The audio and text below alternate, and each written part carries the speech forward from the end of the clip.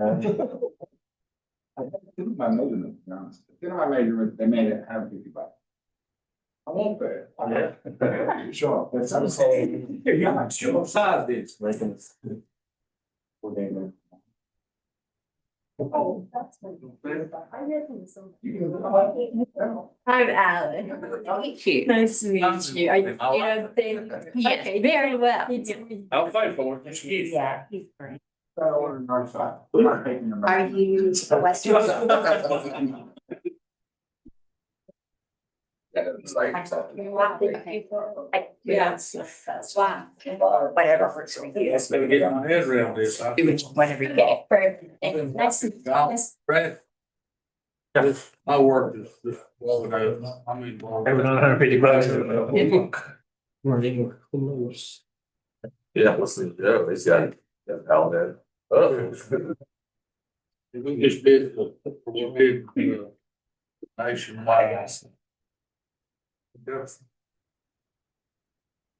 Call the order, town Sylva Board of Commissioners meeting. First thing on our agenda is to approve the agenda. I entertain a motion to do that. Motion, do we have any discussion? All in favor, raise your hand, say aye. Aye. All opposed, by like sign, motion carries.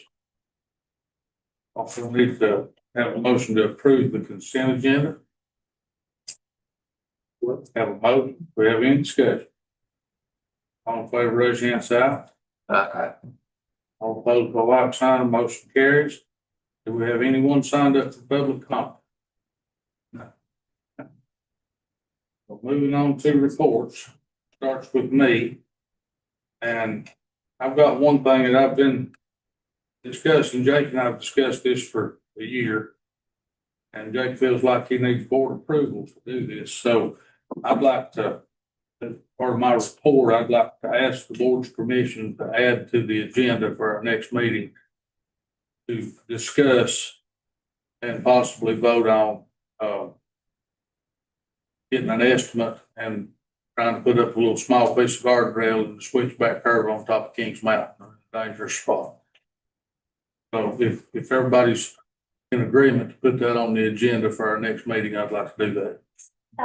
Jake it's in my manager's report. Jake has put that in his budget worksheets. Okay. The most appropriate place to talk about that would be the next budget work session.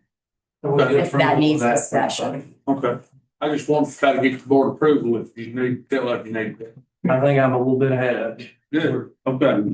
All right, so I'm good. Moving on to everybody else. Sam, what you got?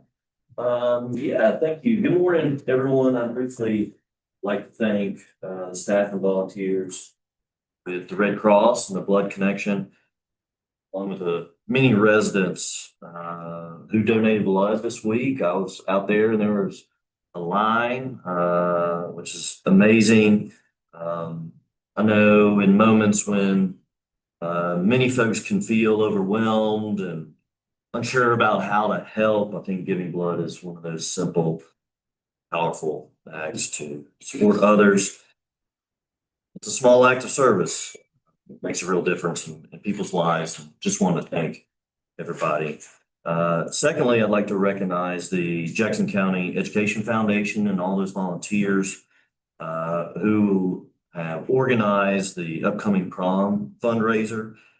Also like to thank all the donors who have generously made donations, and 100% of the funds go directly to supporting our local teachers and mountain students, provides resources and opportunities.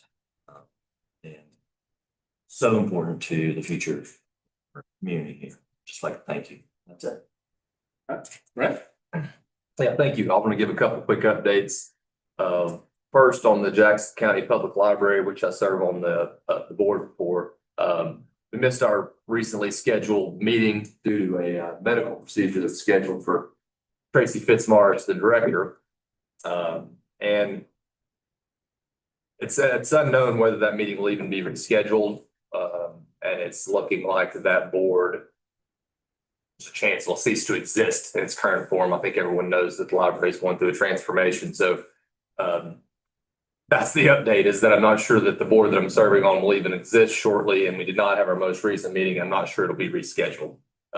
Today is Tracy Fitzmaurice's last day after serving in the Jackson County Public Library System and the Fontana Regional Library System.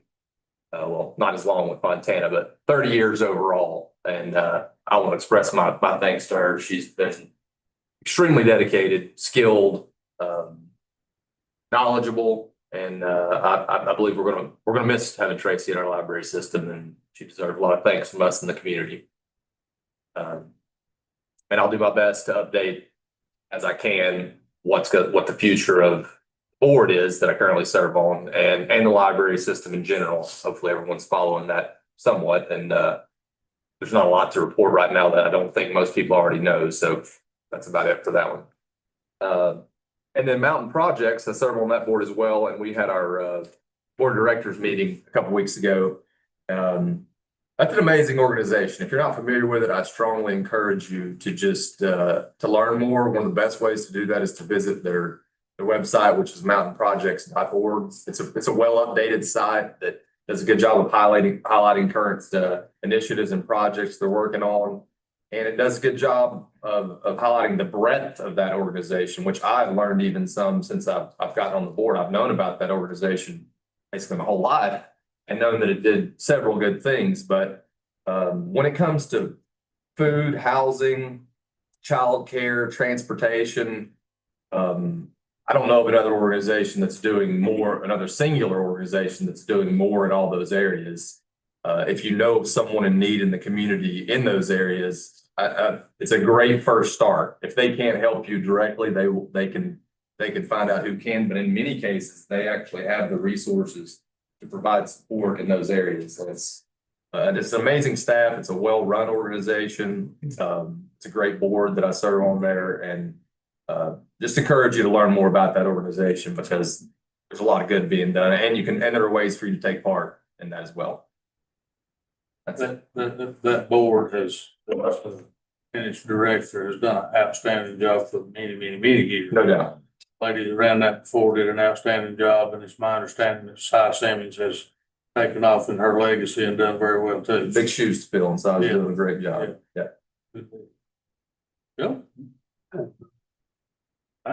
Let's today, where you go?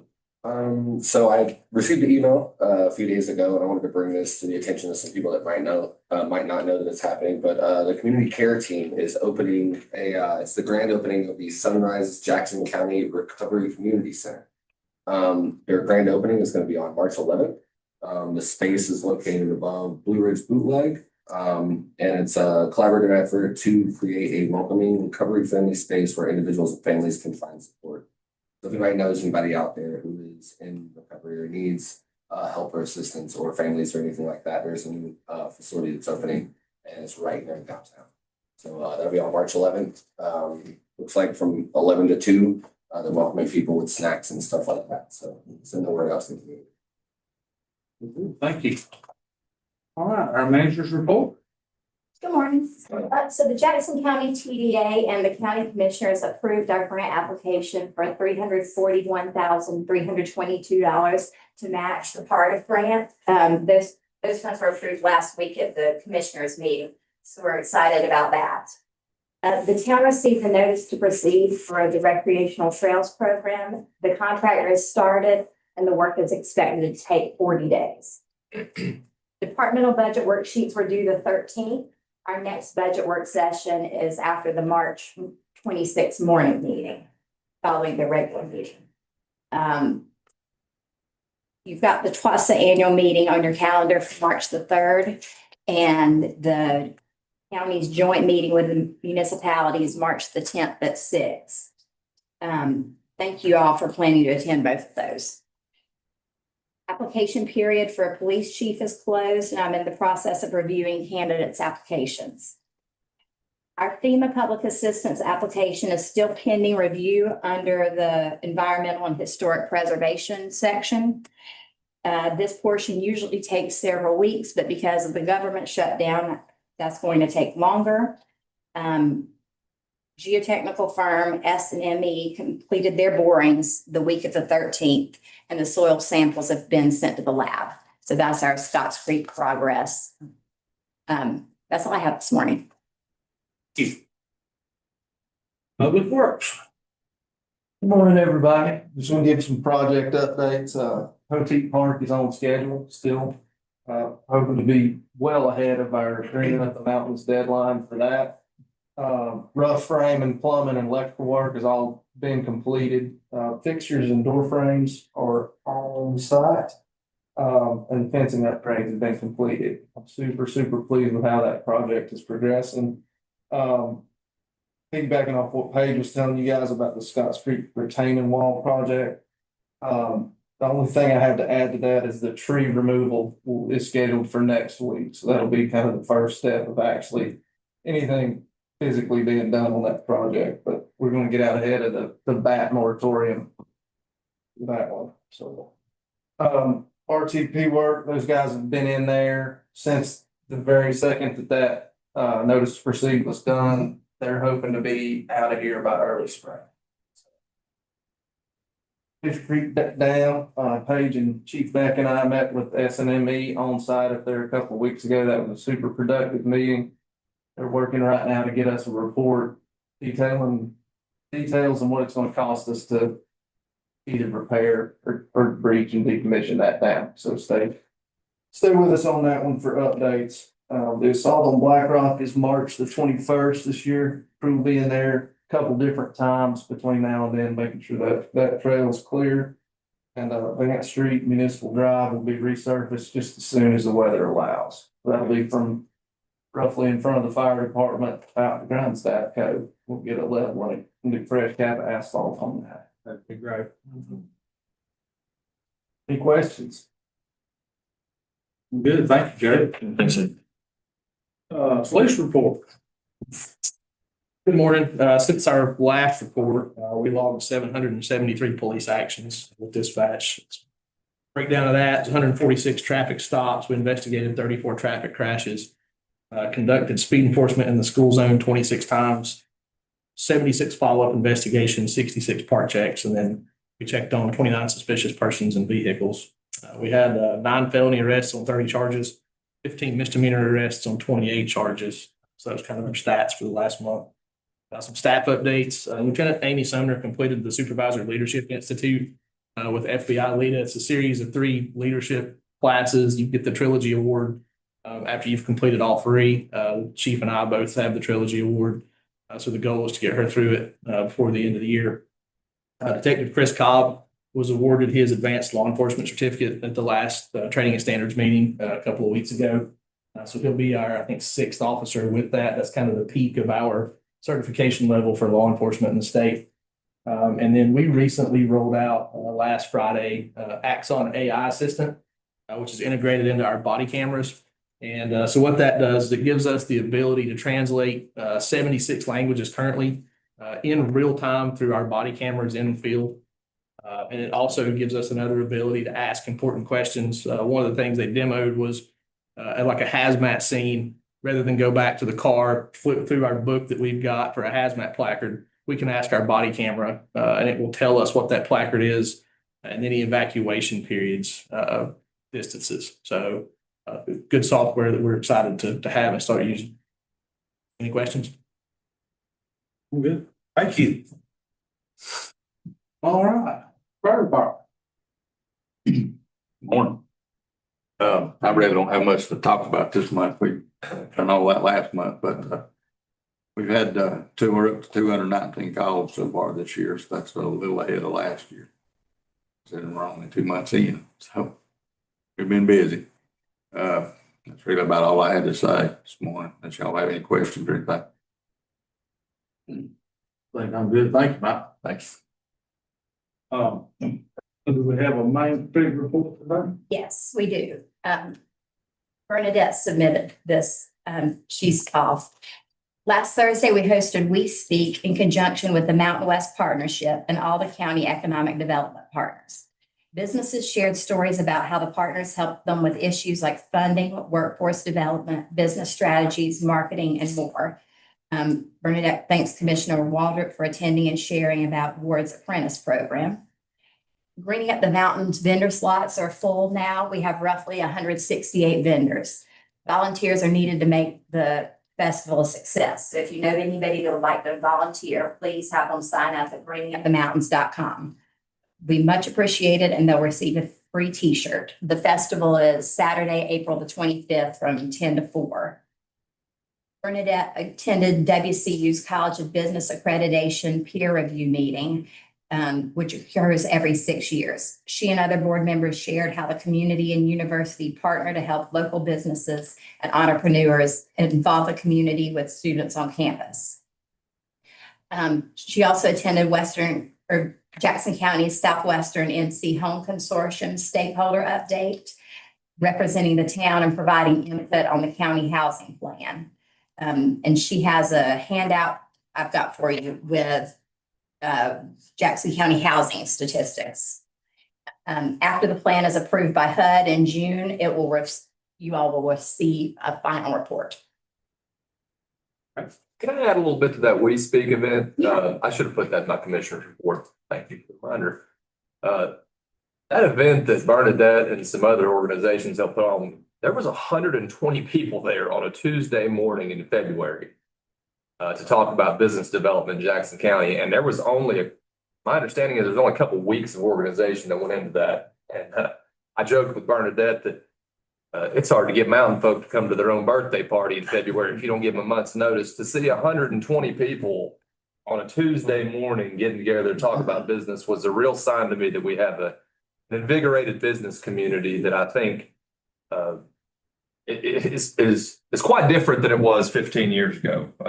To see that many people truly engaged and willing to come out. I saw multiple business owners there that I know had left their businesses behind to come out on a Tuesday morning and talk about business development in Jackson County. So I just wanted to add that I was super impressed by that event and the attendance and the engagement from the business community. Good. Okay. Do we have a planning board report? We do not. About what? No. All the updates you will ever want to know, you can learn at the annual meeting next week. Yes, ma'am. How about Pinnacle Park? No. Those have been covered. Okay. Well, that moves us on to new business. And first thing on the agenda is a presentation about the watershed action plan.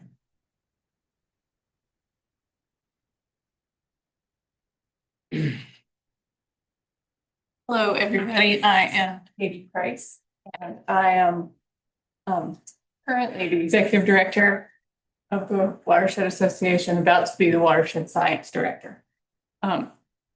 So over the past few years, a group of organizations has been, let me figure out this pointer. Okay. Has been working on a series of studies and reports to develop these watershed action plans for Scott and Savannah Creeks.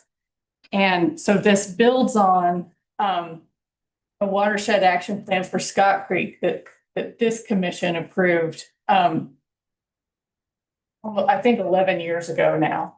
So probably different people, but that was put together by Equinox. And so the focus of that watershed action plan was, it was developed for Town of Sylva. It focused on efforts within Town of Sylva. And then the difference with this new one is that it expands out to all of Jackson County. And this has also been presented to the planning board, Jackson County.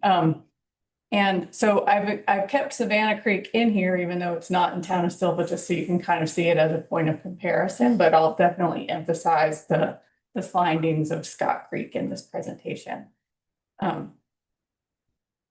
So why was this 9-element plan needed? So why was the expansion on the former watershed action plan of Scott Creek needed is another way that this question could be asked. But so both of these creeks are federally listed as impaired for fecal coliform bacteria, and that goes back to 2008. And then we also have some stretches of the Tuckasegee River that are listed for fecal coliform bacteria as well. And the most prominent one is it's one sort of like between Savannah and Scott Creek. So right in our center of action on the river for Jackson County anyway. And so this fecal coliform is the only water quality parameter that any stream or any stretch of the Tuckasegee is federally listed for. So this is our bad parameter. I don't know if you guys have been following any of the ongoing recreational sampling that we do through the summer, but we have sites all up and down at the boat ramps on the river, and kind of like week after week, our results are coming back that these waters are unsafe, above the threshold for unsafe primary recreation, which means swimming in it.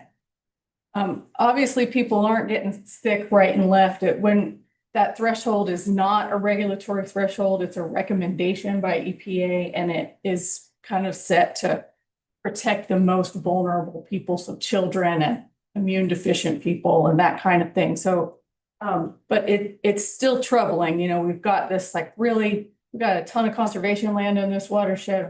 There's really kind of no reason why our streams and this river should be having the persistent, decades long water quality problems that we have. And so that's the reason why this has become a priority for us to try to identify the sources and try to come up with some solutions. So I've said a lot of this already. So one of the things that's been going on kind of concurrently is that we've all been noticing visually that the river's running muddy a lot. And so is Scott Creek.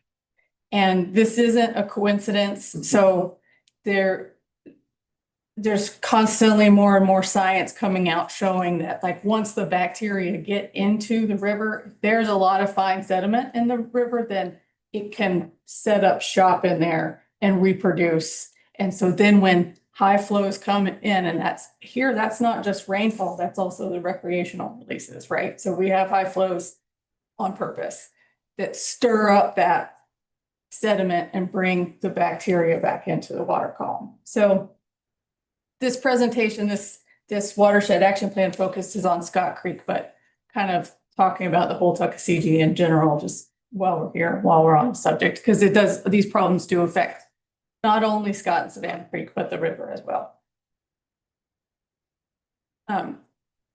Okay, so what was missing in the already approved watershed action plan was this thing called a 9-element plan that is required by DEQ and certain entities. Like approval of a 9-element plan by DEQ opens up funding doors that aren't available without it. So for Jackson County and Town of Sylva and the Watershed Association, this means that there could be grants and public monies available to actually go after some of these issues, and maybe take some proactive measures as well.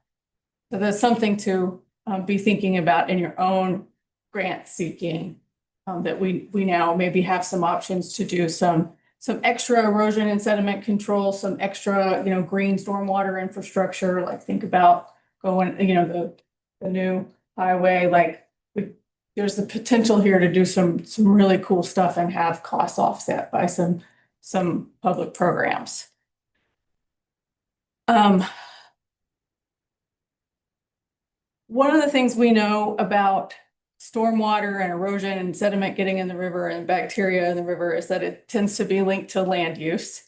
So Town of Sylva line is going to be somewhere in here, right?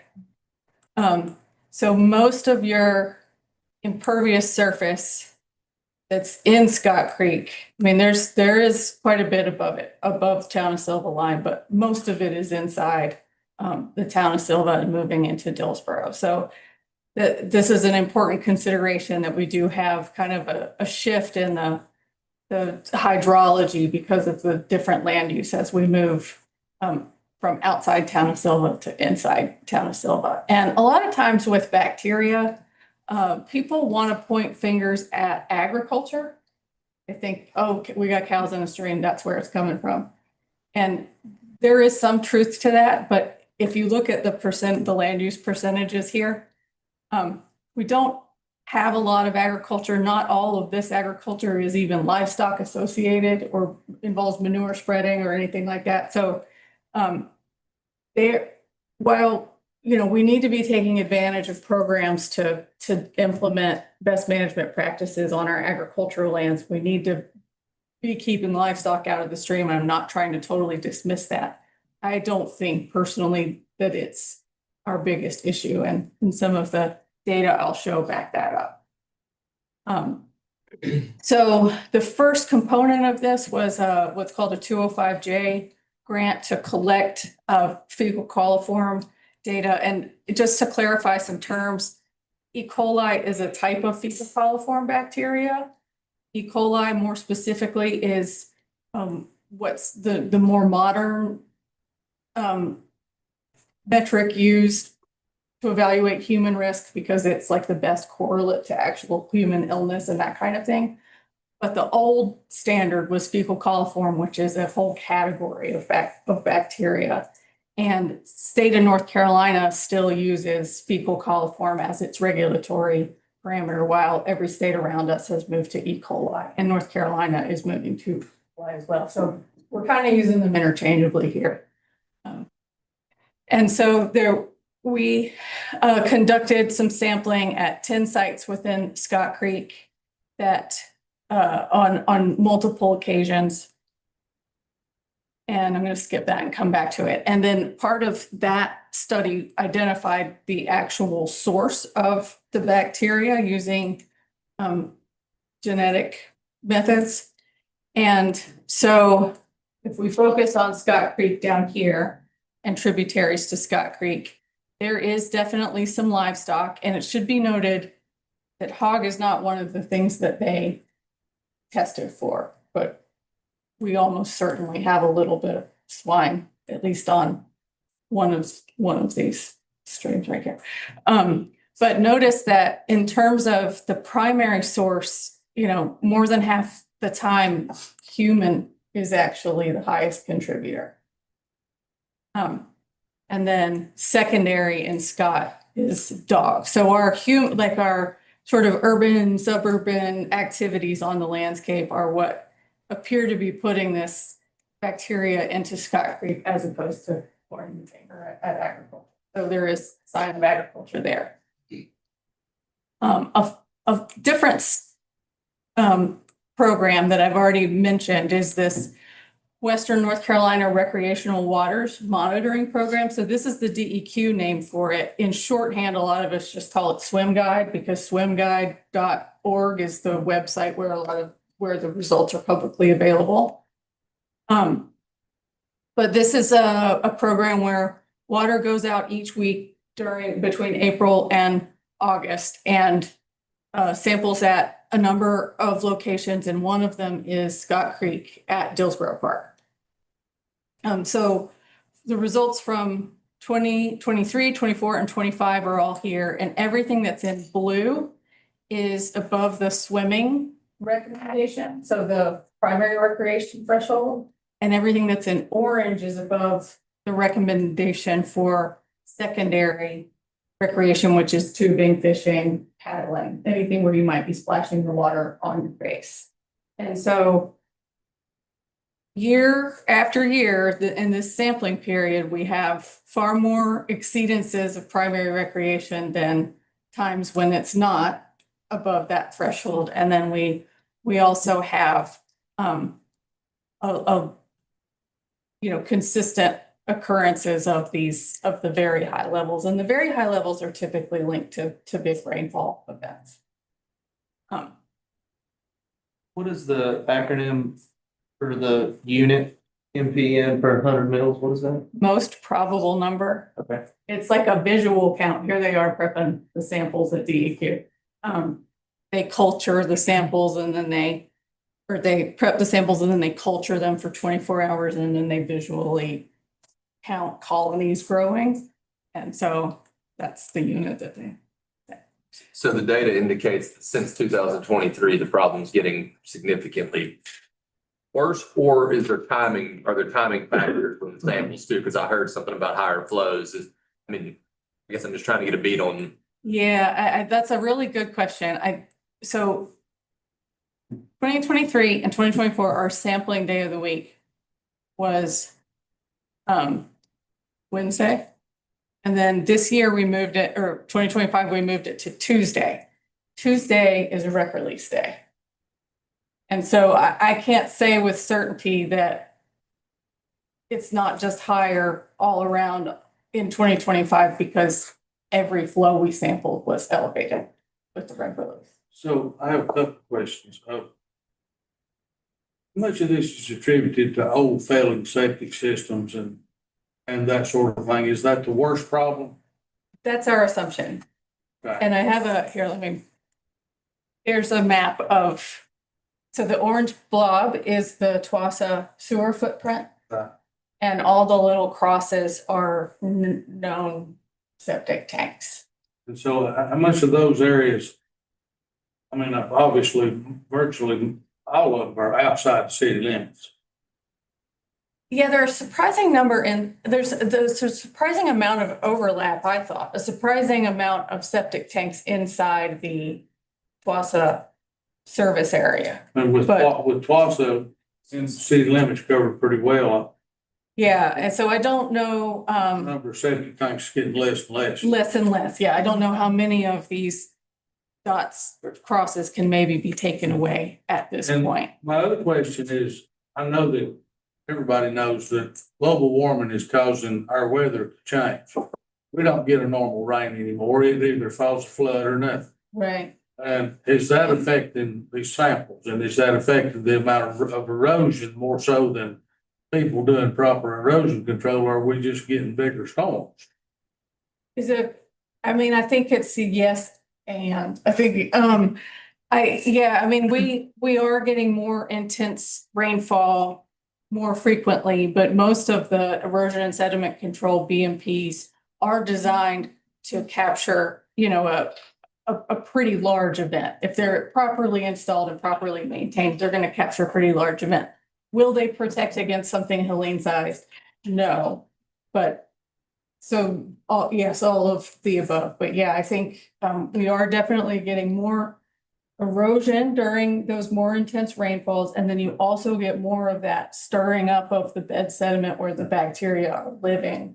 So I know over in the Asheville area, my son-in-law's father owns a dairy farm or a farm where they used to dairy, and they have cattle. They got some kind of grant that came over. They did something about water deal that comes through their farm to keep cow feces out of water. Mhm. And they helped them with a grant to get those cows watered in a way that's safer and better for the environment. I know it was grant money that paid for it. And are we pushing the participation of farmers and people that are doing that here to enter in those programs?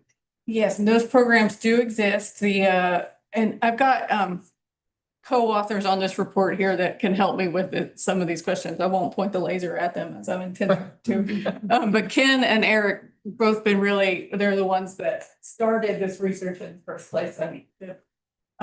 Eric did the lion's share of the result in pulling the report together. But so what my answer is going to be, and they may want to add on to this, is that we have been working with the Soil and Water District and the Ag Extension offices to kind of identify where some of these places are and talk about ways to incentivize participation in those kinds of programs by the farmers. But neither of those groups is allowed to knock on a farmer's door and say, hey, we've got money we can give you. So it's dictated that the farmer has to come to them requesting help. And my understanding is that there's a little bit of a stigma here about not wanting to seek federal money or other money to do that kind of stuff. So kind of maybe trying to work down some of the barriers on that side could be something that I could understand they feel like they're being controlled in other ways other than just that. Right. Is that the stigma that I'm curious about that. We have to approach, mostly in this farmers or people who have livestock and, polluting the water have to be approached by someone outside of Soil and Water Conservation District. And we take that to Soil and Water Conservation District if those people are willing to. So there's a lot of footwork and a lot of conversation from folks like us to encourage people to approach and there is monies available, but they don't reach out directly to those folks. And it's the biggest job is approaching those people and actually engaging them and getting them to agree to. Is there a group or a club or a private, somebody that's not a government entity that could maybe dedicate some time to trying to reach out to some of those folks, like maybe the trout fishermen here or something along those lines? We could engage them. We do. And y'all, I said, I mean, I've done this for years. Yeah. And not greatly successful at it. I didn't realize this was so alarming until I just heard these numbers and you brought this to my attention. I mean, we've walked around and swam in Scotts Creek all my life, Right. you know. So I guess I'm curious to hear an answer to on what, like, can you put words on what the stigma is of receiving the outside help? what I've heard I have a lot of experience in Haywood County. When I was in Katie's position over with Haywood Waterways Association, we dealt with this situation all the time. And the stigma is that if you receive any kind of government dollars, that gives the government permission to come on your property anytime and tell you what to do. And they don't want that. So Tell me your name and where you're from. I'm Eric Romanishin. And right now I work with EnviroScience. Went to the consulting side. I'm an aquatic biologist background. But I live here in Sylva. I lived here for 20 years. Okay. So I have a vested interest in the health of this watershed as well. I'm happy to be able to work with water to do something about it too. Thank you very much. Yeah, so another program that Eric and Haywood Waterways have a lot of experience with is using grant funds to assist homeowners with septic upgrades and replacement. So that's a big part of the problem, maybe less so in the town of Sylva, obviously, but for Jackson County full Scott Creek efforts, that's going to be a major part of what we need to go after, because there are a lot of septic systems that were put in decades ago, maybe with a little bit less enforcement on the permit process, and also as houses grow and families grow, the septic system usually stays the same size. And so we have potentially a lot of dated, undersized, et cetera, systems that are out there. And people in some cases may even be aware that they have a problem, but they don't want to go bring in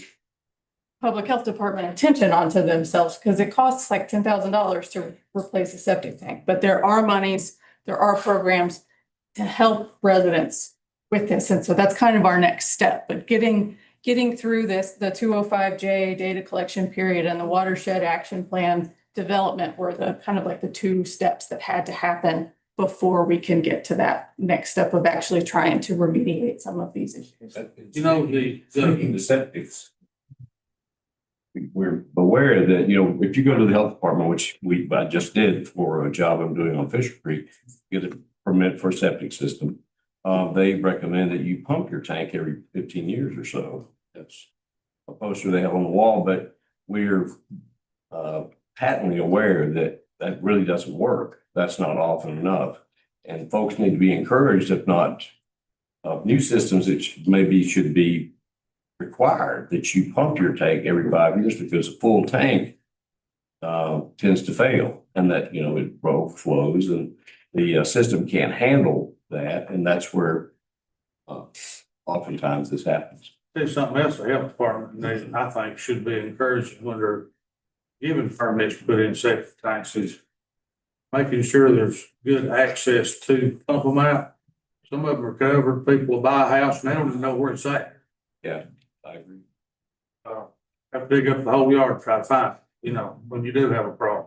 It's also worth pointing out, on the TWASA system here in town, TWASA system can be tight. And those homeowners are responsible from the system back to their house.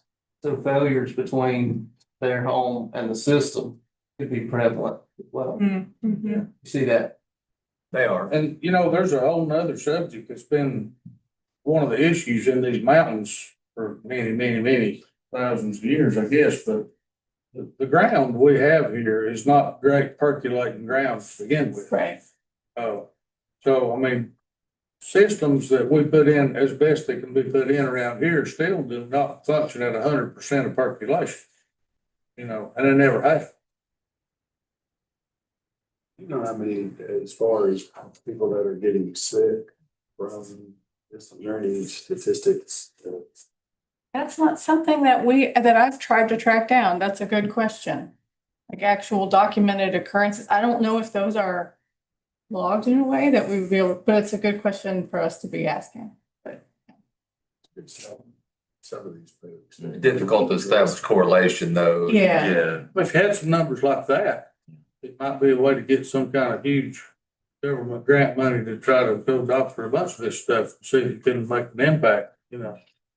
Yeah, but you're right. Let's say somebody went swimming at Scott Creek and then went out to dinner somewhere downtown and 24 hours later they're sick. They're probably gonna. Most people are blaming it on the restroom. Yeah. So I mean, what I'm saying is if we had some numbers like that, the right people doing the right things, trying to get the money, it might pay for a whole new shoreline for Flosser to get everybody off of it, Yeah, you know, which could make a huge difference in one leak. right. And that is, so, you know, we normally do talk about, like, we would have to consider failing sewer lines, leaking sewers as a lot of the problem too. But Daniel Mannering did tell me that he is about to put in a $7 million upgrade to the sewers in Scott Creek. So hopefully if that is a contributing factor, then that's about to be minimized. But Comment about the funding. There is a lot of money in Western North Carolina as part of the Hurricane Helene recovery. It's a lot of money for stream restoration, any kind of projects that prevent erosion, as well as prevent bacteria contamination. And so a lot of money can go to septic system repairs and has gone in other counties. So we're looking to help water and the county set up a program similar to that here in Jackson County to start that process. And so it's not unprecedented. The state's, hard to correlate data, sickness with the fecal coliform data, but there's enough, assumptions in place that they just can justify spending that money to put towards septic repair issues. Is all that presently being held up by FEMA and the rest of the deal? Maybe some of it, but other comes through the state 319 program, General Assembly dollars. Okay. It's also, and there's some other sources as well. You know, it helps a whole lot for more people to know what truly is available out there, because it's not just common knowledge. Yeah. is there any part of that program, the septic repair program, that could be used to tie into a sewer system instead of like to switch off of septic? Yes, taking systems offline is a viable alternative. Okay. And one they try to push where it's possible. It's a cheaper alternative to connect sewer line rather than typically repair a whole system. I think it's worth pointing out too that, TWASA finds it difficult sometimes. They struggle at times when the sediment loads are very high in Scott Creek because they withdraw the water, obviously, from the creek, but in order to treat that water that's heavily sedimented, that's full of sediment load, it slows their ability to process the water. So therefore, the customers are, sometimes, such as the paper plant, Jackson Paper, they have to shut down operations at times because they can't use the water because it's so heavily filled with sediment.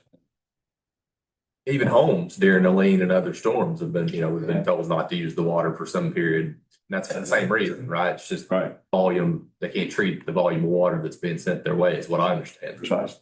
And something anecdotal, I mean, we have an office on Mill Street and I have a shop back there, John Stearns building. And we have a little bathroom and the water coming through the faucet and into the toilet is oftentimes has sediment in it. And as Kay just pointed out, sediment carries bloodborne bacteria. So we don't know if the water we're actually getting, when you can see sediment in the sink and in the toilet, it's getting through the system. So that's, something to think about. That's clearly not natural well, something like that. That is Twossa's water. It is, yes. And so, but there's no, I'm not saying that there is coliform bacteria and it's just, I've, observed that there is at times. Yeah. And I mean, obviously y'all have very environmentally sound opinions about what's going on with things, but I have been of the opinion that Daniel Manning is doing an outstanding job with Twossa and making some positive changes for the community. I hope y'all feel the same way. Oh, we do. Yes. Yeah. Good work today.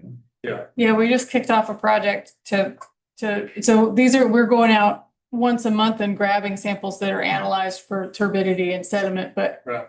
that doesn't help us chase down the sources of it because it can kind of help get us warm, but we really need to be seeing the data kind of like real time right after it rains to be able to identify like chronic sources of sediment. And so Geosciences and Natural Resources Department at Western and Twossa and Water just kicked off a program to install some real-time turbidity monitoring sensors throughout the Well, I watershed. mean, I know y'all come to us talking basically environmentally sound things to talk about, but to me, it rings home clearly dollar bills when you're talking about something that truly threatens our tourism, fishing, Absolutely. swimming and everything else. And that's something that as town board members that we need to try to pay every attention to protect in any way, shape or fashion, because tourism is our livelihood. Absolutely. Well, and building on that, I had a question about the fish, the impact on the fish. I know you had a bullet point there. Do we have any data on that? And again, going back to the tourism, I mean, we're call ourselves the trout capital, and we have an asset right here, and not only public health, but tourism, local public green spaces, fishing, wading, and I think there is kind of I don't know, local stigma as a fly fisherman. I don't know about other fishermen here that I would catch a fish here in downtown and eat it and might get sick. And I know there's great fishing higher up, but And some of that's wondering- water temperature. Exactly, that's what I'm wondering. So we also push a lot of, shade your stream, riparian Mhm. buffer protection for that reason as well. But yeah, no, I don't know of research that's been done specifically on our local fish, but there's ample research out there that introduction of all the fine sediment into the water does impair the ecology of because the trout like the gravelly substrate for spawning, and if you fill all that in with silt and sand, then they don't reproduce as well. They can't feed as well if they can't see the sediment. And it also kind of helps keep the temperature high. The sediment kind of absorbs more of the solar. I'm curious, what kind of levels of this, what you're measuring for, would you see where it's mostly just things of nature? Like in the smokes? I mean, I know there's. Great question. Well, let's There's normal wildlife uses bathroom, Okay, so here's the Oconaluftee flowing into the Tuckasegee last August. This was a rec release day. In a large storm where the river's getting out of bank and it's a flood, even if it was 100% forest, your river's going to be a little bit muddy. You're going to have so much energy in the river that it's eroding its banks and it's eroding its bed. It it is totally natural for a river system to be moving sediment. That's how the system works, but it's the frequency with which we're seeing these high turbulence.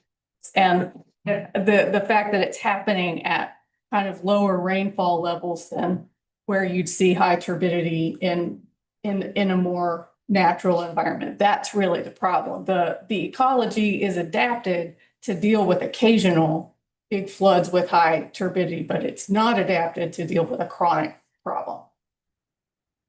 And speaking to this, I think that very photo, I've traveled back and forth between Bryson City and Sylva repeatedly this past summer. And I saw this scene day after day after day, regardless of whether it was rain. And of course, it was worse when there was rain, but there were days when it was clear as a bell. And, we're seeing sediment loads come into other parts of the watershed. Some of you can determine some of the loads are silt, just washed, viable, growing soil that if it's really dark and not so red, but this is generally washed off sites, scoured from banks, from high water events, et cetera. But that very scene there, I saw that daily for weeks on end this summer. So much of this would you attribute to ongoing erosion from landslides due to the hurricane that's not been fixed yet? Very little of any. Yeah. Yeah, I might not answer that as strongly as Ken, but what I would have expected have been that the rec releases early in the 2025 season would have been really high, or storm events, but not pushing into August. Well, I just know all the efforts, most of the efforts from fixing things back from the hurricane have been Yeah. mostly road related and home related. They've not been related much to the environment. Yeah, we've Where it didn't applied affect for, somebody's home or their road. yeah, no, and to speak to that, we applied for 2 or 3 grants to do bank erosion or bank restabilization from Helene damage in the upper watershed, and we never got any of it and the answer was always we had to prioritize people's direct needs, which we get, but yes, there is still a lot of work to be done. So I've got a couple of different slides that speak to what can we do. I think this is probably a good one to leave it on, but we know that there are some things that we can do to try to reduce the amount of bacteria that's getting into the stream in the first place by looking at this, the agricultural measures, and then also the septic repair, replacement, and decommissioning tying into the sewer. But we also know that having a bunch of sediment in the river there waiting for the bacteria is also increasing our numbers. And so a big part of this bacteria control is also going to be continuing efforts to minimize erosion and sediment erosion on the land surface, and then sedimentation into the stream network. The regulations are there. We're not trying to point fingers at people not following permitting rules or not doing their BMPs to begin with. Where we really see the biggest problems is the maintenance of those things. Like once they've gotten the check off from like, okay, your erosion and sediment control efforts are there, check, then they don't follow up and make sure that they're still doing their job. And we've all seen sediment fences lying down on the ground where water's flowing over them. It happens, and they just need a little bit of upkeep. And then, yeah, like you just mentioned, people kind of know, maybe they've heard a thing or two about a lot of this stuff, but like making sure that people know that these problems are persistent and that they're kind of severe, and that they do pose a threat to the economy. That's all public education efforts that need to be expanded.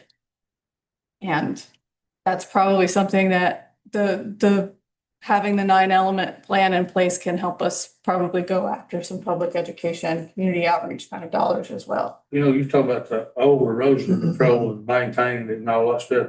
I've seen hundreds of cases where, I mean, erosion control been in place for so many years and been abandoned that the environment would be better off to remove it and let the grass grow and mow it like you're supposed to, you know, because it no longer serves a purpose if everything's got more than 80% cover of grass on it. And now it's just plastic, yeah, tangling stuff up, yeah.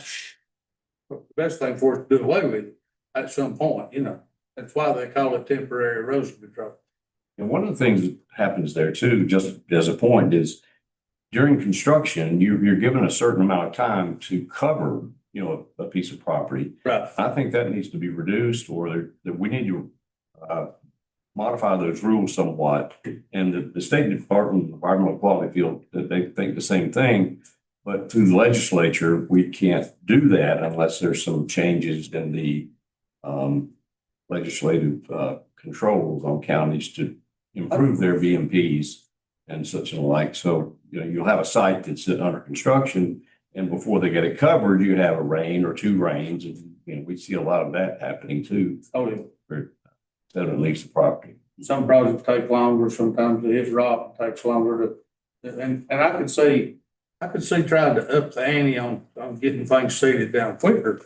But to up the ante during the winter time would be impossible. Well, you know, when they did the fire department over here, I don't know if you noticed the contractor there, they covered as they cut. Mm-hmm. They literally, I mean, covered it right behind their cuts. Hydro seeding or with what? Oh, that man, July. Okay. See, as they went on. Which could be done.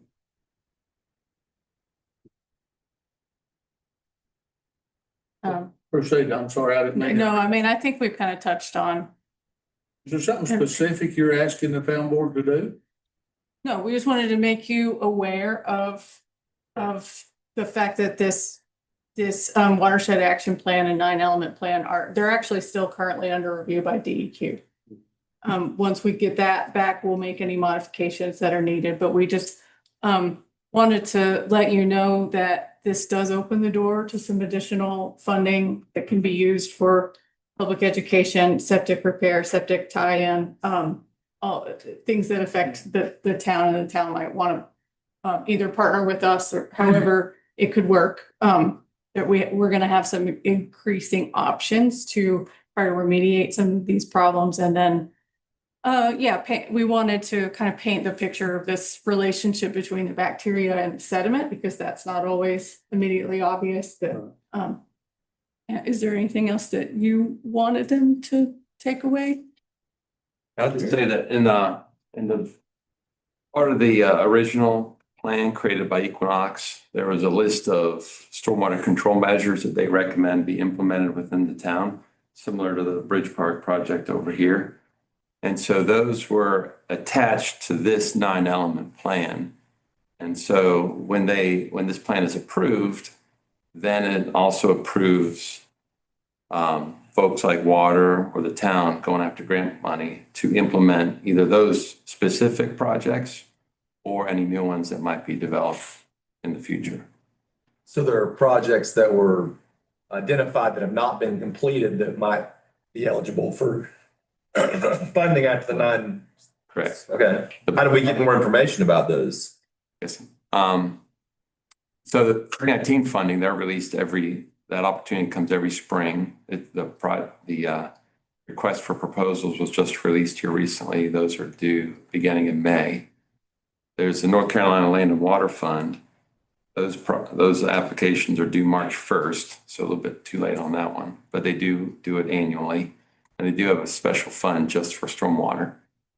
And then this Water Resources Development Grant, they do 2 cycles a year, June 30th and December 30th.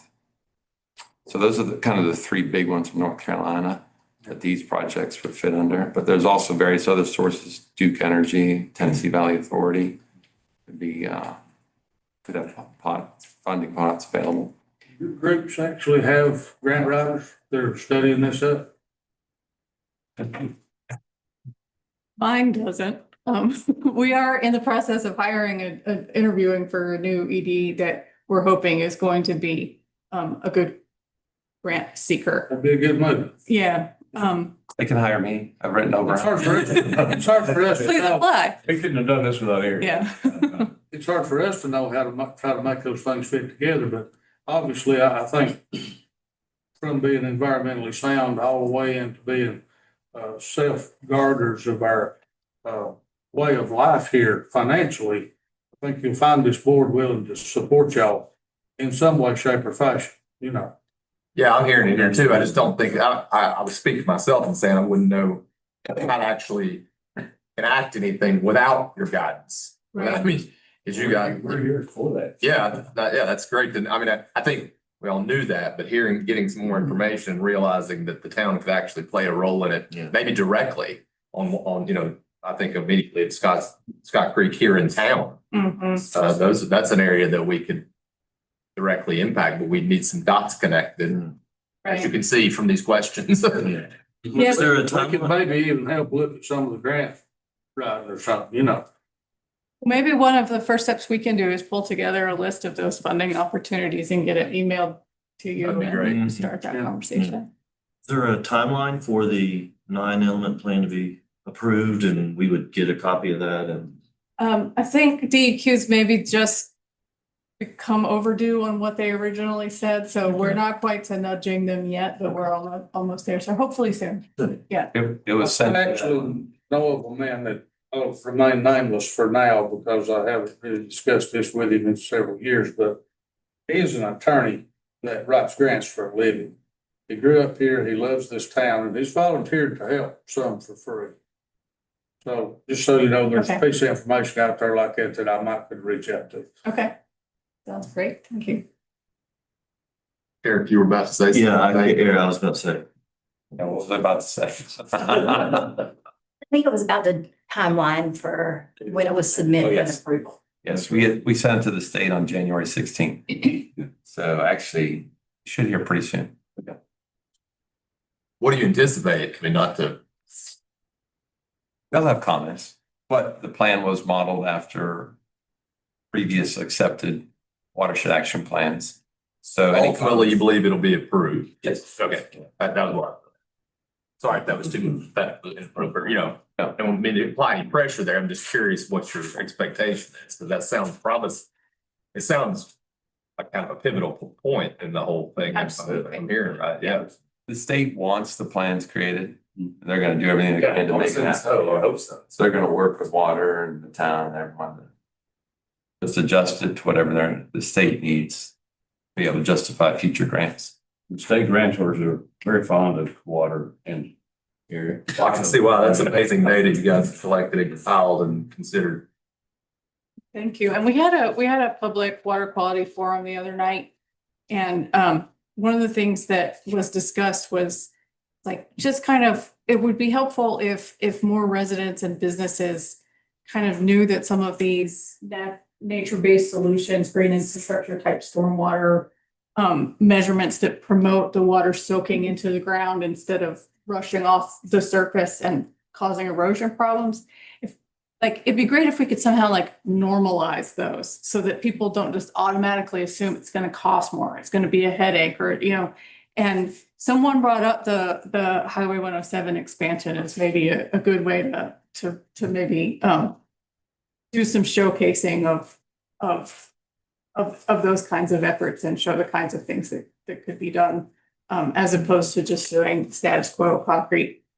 I think you'll see some pretty good examples of proper construction down there. I've heard lots of conversations about that. Okay, good to hear. But you can do these kind of like curb cuts that have vegetation that can tolerate like periods of dryness, but then a couple inches of water for a while. And all these different kinds of things are getting really widely used in dense urban environments where stormwater is a major issue. And so they're all getting cheaper. Their plans are kind of like more prepackaged. I think this is similar to what we did at Bridge Park, right? Right, yeah. Okay. And businesses that maybe want to do some promote like their own values, their own commitment to protecting water quality could if there's some way that we can get some of this stuff more common, more visible, so that it's just a more automatic direction that people think in, instead of it seeming like this weird hassle that with the Generally environmental. speaking, I think if you find some way you think this board can help you in your efforts, I think you'll find us willing, right?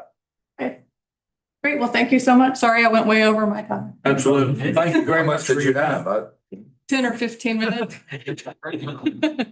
All right, so We did it. moving on to item 13, is this a date change, folks?